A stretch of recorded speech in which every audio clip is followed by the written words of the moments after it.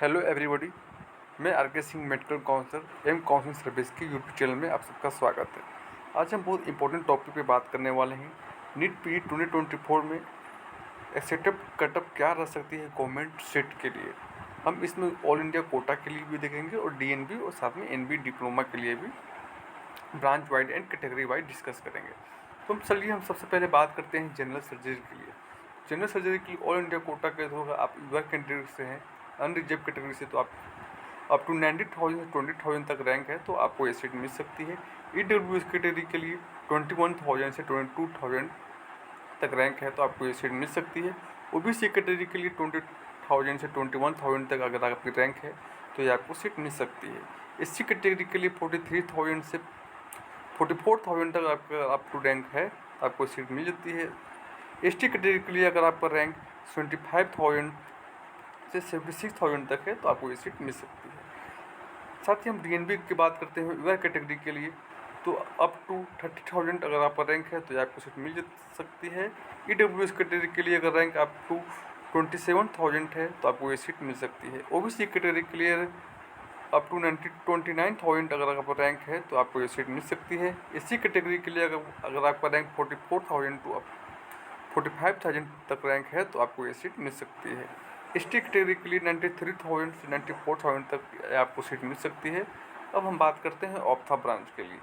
All India quota के through यूआर category के लिए 29,000 30,000 तक अगर आपका रैंक है तो आपको सीट मिल सकती है। ईडब्ल्यूएस कैटेगरी के लिए 33,000 अप टू 34,000 तक अगर आपका रैंक है तो आपको सीट मिल सकती है। ओबीसी कैटेगरी के लिए 28,000 से 29,000 तक रैंक है तो आपको सीट मिल सकती है। एससी कैटेगरी के लिए 55,000 से 56,000 तक अगर आपका रैंक है तो ये आपको सीट मिल सकती है। एसटी कैटेगरी के लिए 82,000 से 83,000 तक अगर आपका रैंक है तो आपको सीट मिल सकती है। डीएनबी की हम बात करते हैं यूआर कैटेगरी के लिए, तो अगर रैंक अप टू 36,000 टू 37,000 तक आपका रैंक है तो ये आपको सीट मिल सकती है। ईडब्ल्यूएस कैटेगरी के लिए अगर आपका रैंक 27,000 अप टू 28,000 तक अगर रैंक है तो ये आपको सीट मिल सकती है। ओबीसी कैटेगरी के लिए रैंक अप टू 30,000 से 32,000 तक अगर आपका रैंक है तो आपको सीट मिल सकती है। एससी कैटेगरी के लिए अगर रैंक आपका 40,000 से अप टू 42,000 तक अगर आपका रैंक है तो ये आपको सीट मिल सकती है। एसटी कैटेगरी के लिए 1,15,000 तक 60,000 तक अगर रैंक है तो आपको सीट मिल सकती है। एनबी डिप्लोमा की बात करते हैं यूआर कैटेगरी के लिए 69,000 से लेकर 70,000 तक आपका रैंक है तो आपको सीट मिल सकती है। ईडब्ल्यूएस कैटेगरी के लिए अगर आपका रैंक 94,000 से 96,000 के बीच में है तो आपको सीट मिल सकती है। ओबीसी कैटेगरी के लिए 70,000 अप टू 71,000 तक अगर आपका रैंक है तो आपको सीट मिल सकती है। एससी कैटेगरी के लिए अप टू रैंक 97,000 से 98,000 तक आपको ये सीट मिल सकती है। एसटी कैटेगरी के लिए 70,000 1,75,000 से 76,000 तक आपको ये रैंक सीट मिल सकती है। अब हम बात करते हैं ईएनटी की ब्रांच के लिए, तो अनरिजर्व कैटेगरी के लिए ऑल इंडिया कोटा के थ्रू अगर आपका रैंक 31,000 टू 32,000 तक आपका रैंक है तो आपको सीट मिल सकती है। ईडब्ल्यूएस कैटेगरी के लिए अगर आपका रैंक 3,000 से 35,000 के बीच में है तो आपको सीट मिल सकती है। ओबीसी कैटेगरी के लिए अगर आपका रैंक 33,000 से 34,000 तक अगर रैंक है तो आपको सीट मिल सकती है। एससी कैटेगरी के लिए अगर आपका रैंक 50,000 से 51,000 तक है तो आपको ये सीट मिल सकती है। एसटी कैटेगरी के लिए अगर आप अप टू 89,000 से 90,000 तक अगर आपका रैंक है तो ये आपको सीट मिल सकती है। अब हम बात करते हैं डीएनबी यूआर कैटेगरी के लिए 36,000 से 37,000 तक अगर आपका रैंक है तो ये आपको सीट मिल सकती है। ईडब्ल्यूएस कैटेगरी के लिए आपका अगर रैंक 32,000 से 33,000 तक रैंक है तो आपको सीट मिल सकती है। ओबीसी कैटेगरी के लिए 30,000 से 32,000 तक आपका रैंक है तो आपको सीट मिल सकती है। एससी कैटेगरी के लिए 56,000 से 57,000 तक आपको ये सीट मिल सकती है। एसटी कैटेगरी के लिए अगर आपका रैंक 83,000 से 84,000 तक अगर आपका रैंक है तो आपको सीट मिल सकती है। एनबी डिप्लोमा की हम बात करते हैं अनरिजर्व कैटेगरी के लिए 60,000 से 61,000 तक आपका रैंक है तो आपको सीट मिल सकती है। ईडब्ल्यूएस कैटेगरी के लिए 90,000 से 92,000 तक आपका अगर रैंक है तो की सीट मिल सकती है। ओबीसी कैटेगरी के लिए 71,000 से 72,000 तक आपका रैंक है तो आपको सीट मिल सकती है। एससी कैटेगरी के लिए 10,000 तक आपका रैंक है तो आपको ये सीट मिल सकती है। ST कैटेगरी के लिए 1,86,000 तक रैंक है तो आपको ये सीट मिल सकती है। कैटेगरी बहुत ही ब्रॉड है गवर्नमेंट सीट के लिए। हम स्टेट कोटा या फिर ऑल इंडिया कोटा में भी देखेंगे तो कैटेगरी का बहुत रोल होता है। अब हम बात करते हैं रेस्पिरेटरी मेडिसिन की। ऑल इंडिया कोटा के थ्रू युवा कैटेगरी के लिए 12,000 अगर रैंक है तो आपको सीट मिल सकती है। EWS कैटेगरी के लिए 15,000 से 60,000 तक आपका रैंक है तो आपको सीट मिल सकती है। OBC कैटेगरी के लिए 15,000 से 60,000 तक आपका रैंक है तो आपको सीट मिल सकती है। SC कैटेगरी के लिए 35,000 से 36,000 के अगर आपका रैंक है तो आपको सीट मिल सकती है। ST कैटेगरी के लिए अप टू 60,000 से 63,000 तक आपका अगर रैंक है तो आपको सीट मिल सकती है। अब हम बात करते हैं DNB की। युवा कैटेगरी के लिए 16,000 से 20,000 तक अगर आपका रैंक है तो आपको सीट मिल सकती है। OBC कैटेगरी के लिए 15,000 से 60,000 तक आपको ये सीट मिल सकती है। SC कैटेगरी के लिए 34,000 से 35,000 तक अगर आपका रैंक है तो ये आपको सीट मिल सकती है। ST कैटेगरी के लिए 63,000 से 64,000 तक आपका रैंक है तो आपको सीट मिल सकती है। अब हम बात करते हैं NB डिप्लोमा की। युवा कैटेगरी के लिए 40,000 तक आपका रैंक है तो आपको ये सीट मिल सकती है। EWS कैटेगरी के लिए 40,000 से 41,000 तक आपका रैंक है तो आपको सीट मिल सकती है। OBC कैटेगरी के लिए 41,000 से 42,000 तक आपका रैंक है तो आपको सीट मिल सकती है। SC कैटेगरी के लिए 59,000 तक आपको ये सीट मिल सकती है। अब हम बात करते हैं ऑर्थोपेडिक्स की ऑल इंडिया कोटा। युवा कैटेगरी के लिए अगर आपका 50,000 से 60,000 के बीच में अगर आपका रैंक है तो आपको सीट मिल सकती है। EWS कैटेगरी के लिए 70,000 से 80,000 तक अगर आपका रैंक है तो आपको सीट मिल सकती है। OBC कैटेगरी के लिए 60,000 से 70,000 तक अगर आपका रैंक है तो आपको यह सीट मिल सकती है। SC कैटेगरी के लिए 40,000 से 41,000 तक आपको यह सीट मिल सकती है। ST कैटेगरी के लिए 70,000 से 71,000 तक अगर आपका रैंक है तो आपको सीट मिल सकती है। अब बात करते हैं DNB की। तो अगर आपका युवा कैटेगरी के लिए अगर आपका रैंक 28,000 से 29,000 के बीच में है तो आपको सीट मिल सकती है। EWS कैटेगरी के लिए 18,000 से 19,000 तक अगर आपका रैंक है तो आपको सीट मिल सकती है। OBC कैटेगरी के लिए अप टू 26,000 से 27,000 तक रैंक में आपका सीट मिल सकती है। SC कैटेगरी के लिए 45,000 से 46,000 तक अगर रैंक है तो आपको ये सीट मिल सकती है। ST कैटेगरी के लिए 76,000 से 77,000 तक आपको ये सीट मिल सकती है। अब हम बात करते हैं paediatrics most valuable branch of the year.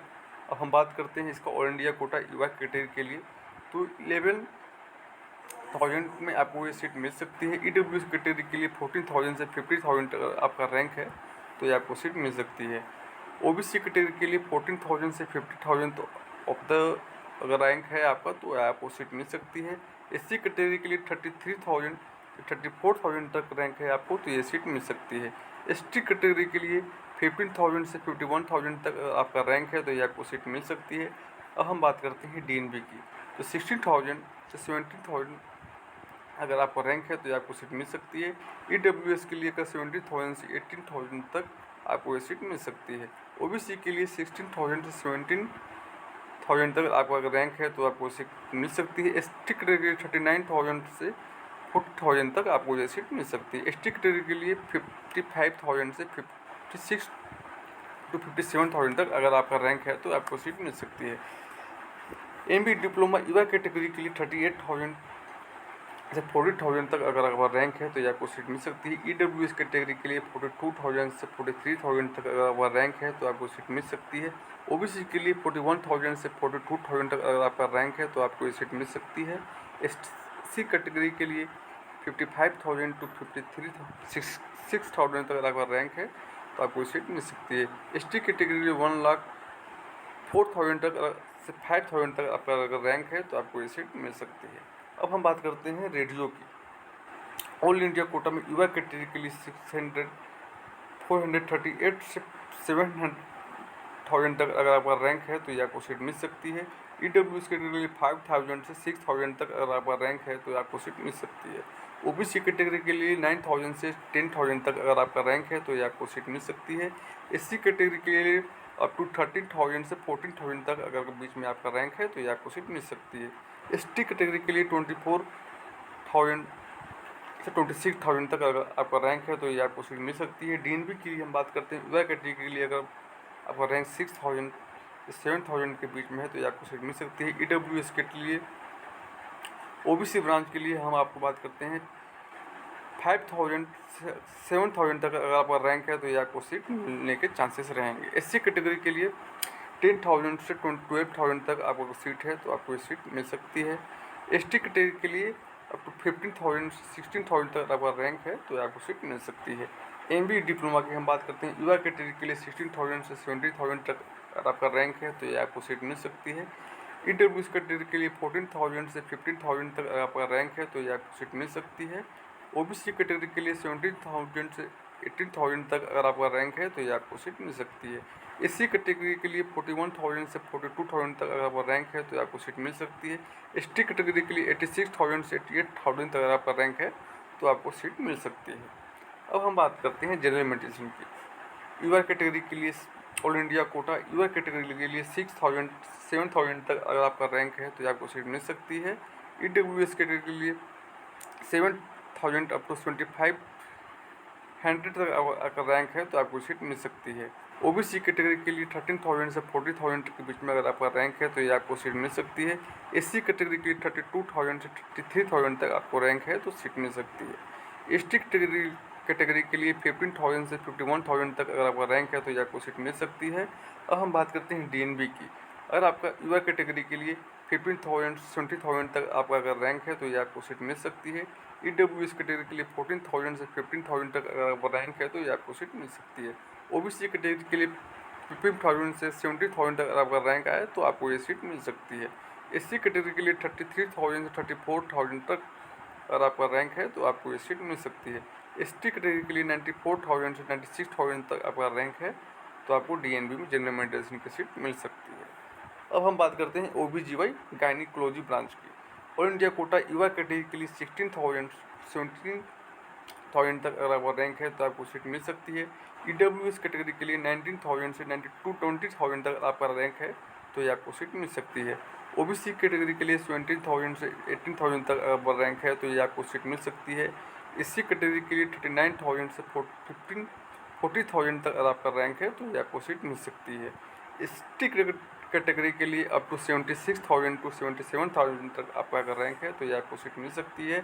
UR category के लिए 70,000 से 18,000 तक आपका रैंक है तो सीट मिल सकती है। हम ये बात करें DNB की। EWS कैटेगरी के लिए 70,000 से 18,000 तक अगर आपका रैंक है तो ये आपको सीट मिल सकती है। OBC कैटेगरी के लिए 20,000 से 22,000 तक अगर आपका रैंक है तो आपको ये सीट मिल सकती है। SC कैटेगरी के लिए 46,000 से 47,000 तक आपका रैंक है तो आपको ये सीट मिल सकती है। ST कैटेगरी के लिए 64,000 अप टू 65,000 तक आपका रैंक है तो आपको सीट मिल सकती है। MBE डिप्लोमा की हम बात करते हैं, UR कैटेगरी के लिए 37,000 से अप टू 38,000 तक आपका रैंक है तो आपको सीट मिल सकती है। EWS अप टू 14,000 से 41,000 तक रैंक तक अगर आपका है तो ये आपको सीट मिल सकती है। OBC के लिए 39,000 टू 40,000 तक आपका रैंक है तो आपको ये सीट मिल सकती है। SC कैटेगरी के लिए 61,000 टू 62,000 तक आपका रैंक है तो ये आपको सीट मिल सकती है। ST कैटेगरी के लिए 1,26,000 टू 27,000 तक अगर आपका रैंक है तो आपको ये MBE डिप्लोमा में OBGY ब्रांच मिल सकती है। हम अब बात करते हैं psychiatry all India quota UR category के लिए 23,000 से 24,000 तक आपका रैंक है तो ये आपको सीट मिल सकती है। EWS कैटेगरी के लिए 38,000 से 40,000 तक अगर भी आपका रैंक है तो आपको सीट मिलने की चांसेस रहेंगे। OBC की हम बात करते हैं 35,000 37,000 तक आपका रैंक है तो आपको सीट मिल सकती है। SC कैटेगरी के लिए अप टू 48,000 से 50,000 भी आपका रैंक है तो आपको सीट मिल सकती है। ST कैटेगरी के लिए अप टू 1,02,000 तक आपको ये रैंक है तो आपको सीट मिल सकती है। अब हम बात करते हैं DNB UR कैटेगरी के लिए। अगर आपका रैंक 23,000 तक है तो आपको ये सीट मिल सकती है। EWS कैटेगरी के लिए 20,000 तक आपको ये सीट मिल सकती है। OBC category